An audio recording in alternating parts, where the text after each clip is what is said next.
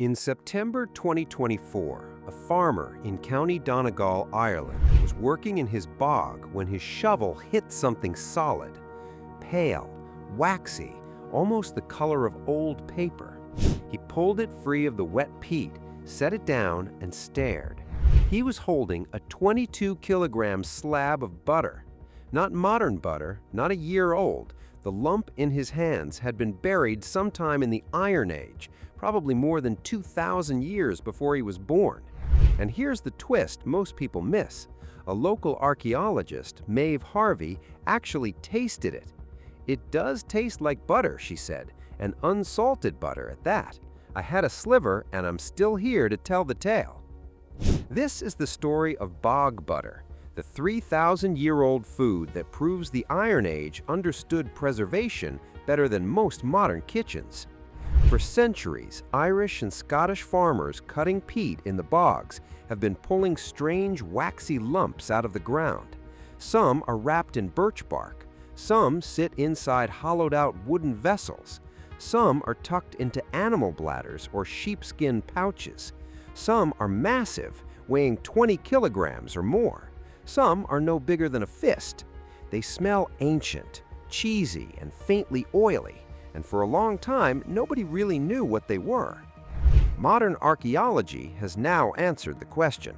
According to a 2019 study published in Scientific Reports by researchers using compound-specific stable isotope analysis and radiocarbon dating, these waxy lumps are bog butter, a buried food tradition that started in Ireland and Scotland at least as far back as the early Bronze Age, around 1700 BC, and continued for almost 3,500 years. The youngest confirmed bog butter samples date to the 17th and 18th centuries.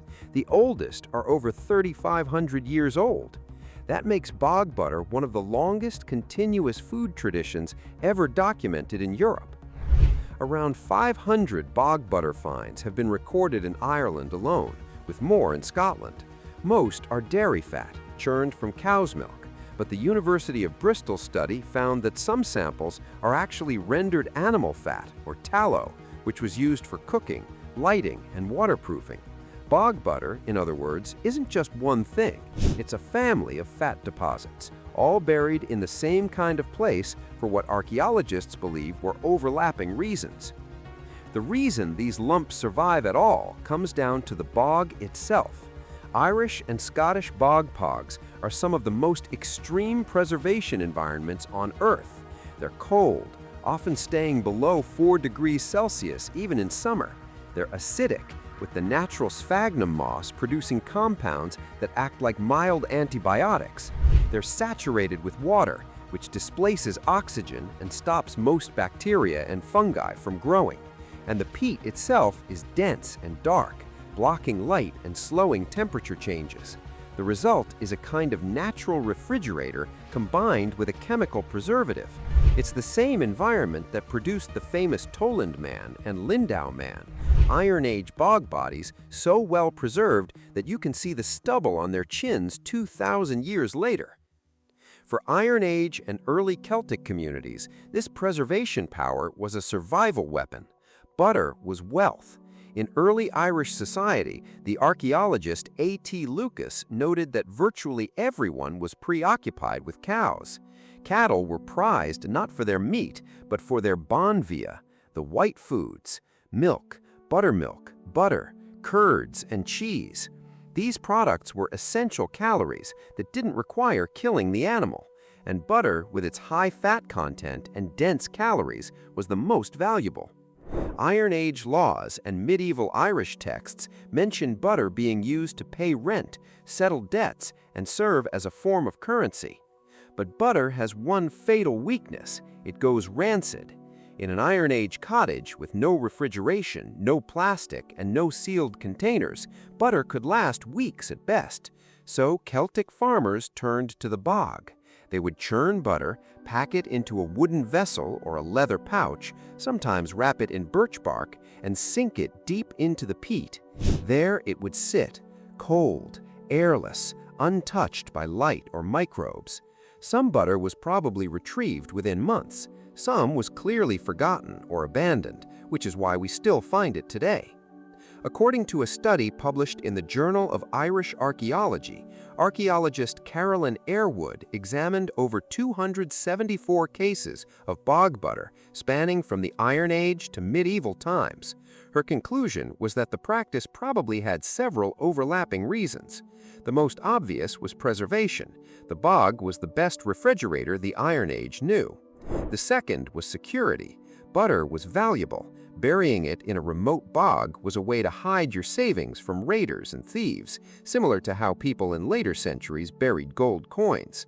And there's a real possibility that some bog butter was a religious offering. The Iron Age Celts deposited swords, jewelry, and even human bodies in bogs, possibly as gifts to gods of water and the underworld.